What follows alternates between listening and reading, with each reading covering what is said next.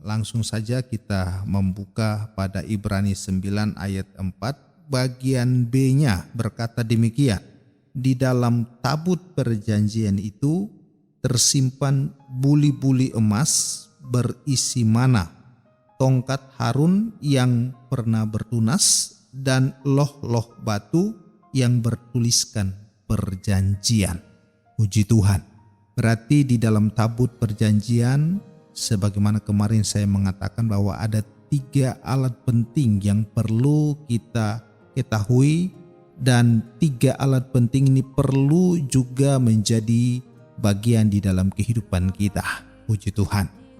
Keluaran pasal 25 ayat 10, di sana perintah Tuhan kepada Musa agar bangsa Israel mereka membuat tabut perjanjian dari kayu penaga. Saya bicara secara khusus peti dari tabut perjanjian itu ya.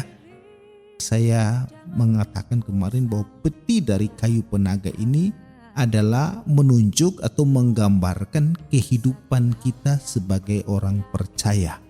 Peti perjanjian ini ada 3 isinya, itulah buli-buli emas yang berisi mana, tongkat Harun yang bertunas, juga 2 loh batu yang bertuliskan perjanjian.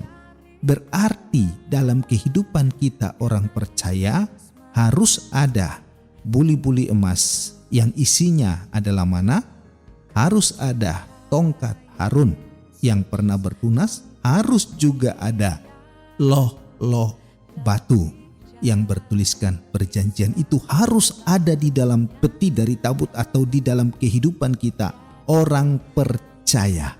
Untuk hal ini saya mengajak dulu kita membaca di dalam surat 1 Korintus.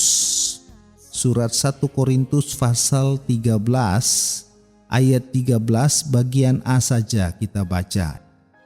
Demikianlah tinggal ketiga hal ini, yaitu iman, pengharapan, dan kasih. Cukup sampai di situ.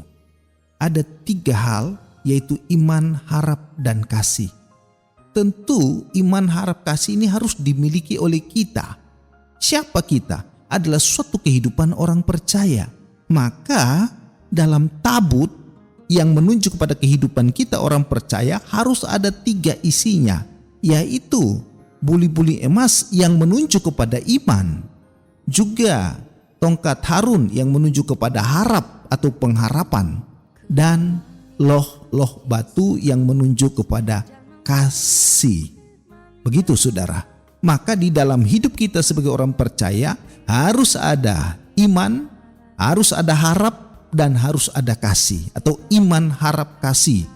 Buli-buli emas, tongkat Harun, dan 2 loh batu itu harus ada di dalam hidup kita sebagai orang percaya.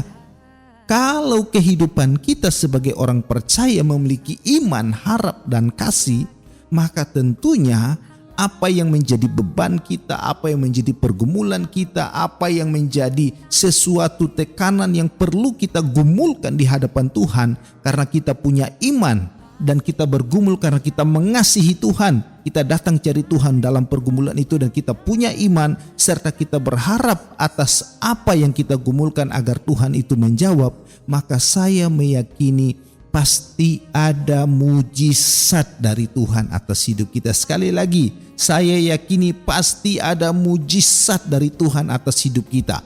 Karena sampai hari ini mujizat Tuhan tak pernah berhenti.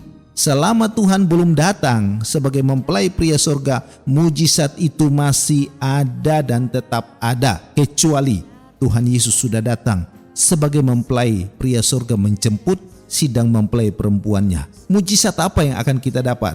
Saya baca 1 ayat terakhir. Bersama kita lihat di dalam Filipi pasal 4 ayat 19. Ya, saya baca di sana. Mujizat apa yang akan kita dapat? Allahku akan memenuhi segala keperluanmu. Amin. Sekali lagi. Allahku akan memenuhi segala keperluanmu menurut kekayaan dan kemuliaannya dalam Kristus Yesus. Berarti mujizat yang terjadi bagi kita yang punya iman, harap, dan kasih adalah mujizat di mana Allah akan penuhi segala kebutuhan keperluan kita asalkan kita gumulkan dengan iman, percaya sungguh-sungguh dengan suatu pengharapan, juga disertai dengan sungguh-sungguh mengasihi Dia, maka pasti Tuhan akan penuhi, Tuhan akan jawab, dan kita mengalami mujizat dari Allah. Puji Tuhan, Tuhan memberkati kita semua. Kita tutup Alkitab pribadi dan kita datang kepada Tuhan dalam doa pergumulan kita.